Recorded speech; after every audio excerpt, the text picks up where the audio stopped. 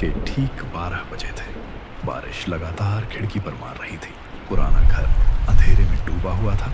सिर्फ एक कमरे में हल्की सी पीली रोशनी जल रही थी। उस कमरे में आरव अकेला बैठा था।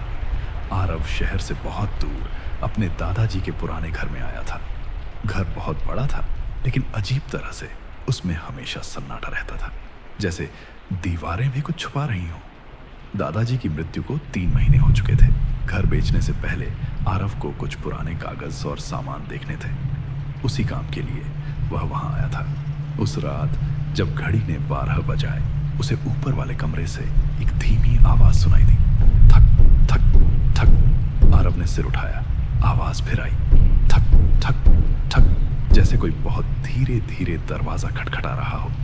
आरव ने सोचा शायद हवा होगी, लेकिन अगले ही पल उसे एक और आवाज सुनाई दी। कोई फुसफुसा रहा था।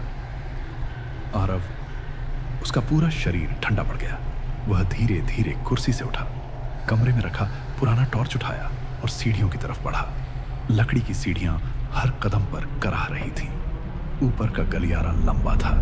दीवारों पर टकी पुरानी तस्वीरें अंधेरे में उसे घूरती हुई लग रही थी। बारिश की बिजली चमकी और उस एक पल के लिए आरव ने दीवार पर एक लंबी पतली छाया देखी, लेकिन वहां कोई नहीं था।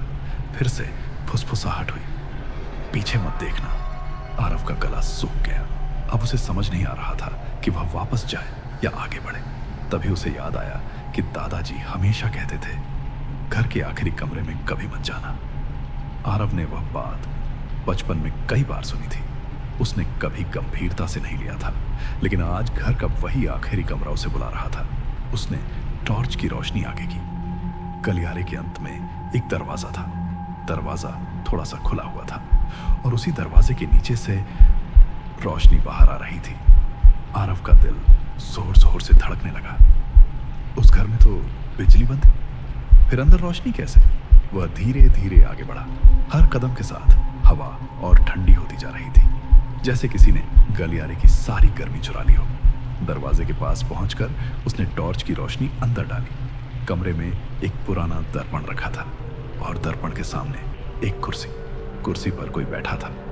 आरव की सांस रुक गई। वह व्यक्ति उसका ही चेहरा था। वही आंखें, वही बाल, वही चेहरा, लेकिन मुस्कान बहुत डरावनी थी, जैसे कोई इंसान नहीं बल्कि उसकी शक्ल में छुपी हुई मौत हंस रही हो। आरव ने पीछे हटने की कोशिश की, लेकिन उसके पैर जम गए थे। दर्पण वाला चेहरा धीरे धीरे खड़ा हुआ और उसी आवाज में बोला, तू आ ही गया? आरव ने कांपते हुए पूछा, तुम कौन हो? वह मुस्कुराया, मैं वही हूं जिसे दादाजी ने यहां बंद किया था। आरव का दिमाग घूम गया। क्या मतलब? दर्पण से निकलती आवाज बहुत धीमी हो गई। बहुत साल पहले इस घर में एक रात दादाजी ने कुछ गलत किया था। उन्होंने मुझे इस दर्पण के अंदर कैद कर दिया। हर साल एक रात मैं बाहर आ सकता हूं, लेकिन मुझे किसी को अपने जैसा बनाना होता है, तभी मैं हमेशा के लिए बाहर आ जाऊंगा। आरव पीछे हटता रहा। अब उसे समझ आया कि दादाजी आखिरी कमरे से क्यों मना करते थे। नहीं, वह फुसफुसाया। दर्पण वाला दूसरा आरव आगे बढ़ा। अब देर हो चुकी है। अचानक बिजली चमकी। पूरे घर में तेज रोशनी फैल गई और उसी रोशनी में आरव ने देखा उसके पीछे पहले से एक और कुर्सी रखी थी। उस पर वही पुराना दादाजी का कोट पड़ा था और उसके सामने रखे दर्पण में सिर्फ एक ही आरव दिखाई दे रहा था। वह असली नहीं था, वह दर्पण वाला था। आरव ने चीखने की कोशिश की, लेकिन आवाज नहीं निकली। उसकी आंखों के सामने सब घूमने लगा। दूसरा आरव मुस्कुराया और धीरे धीरे असली आरव की जगह ले ली। जब बिजली फिर से चली गई तो कमरा खाली था। सुबह घर के बाहर लोग इकट्ठा थे। पड़ोसी कह रहे थे कि रात भर घर से अजीब आवाजें आती रहीं। पुलिस आई, लेकिन अंदर कोई नहीं मिला। सिर्फ ऊपर वाले गलियारे के आखिरी कमरे में एक दर्पण पड़ा था।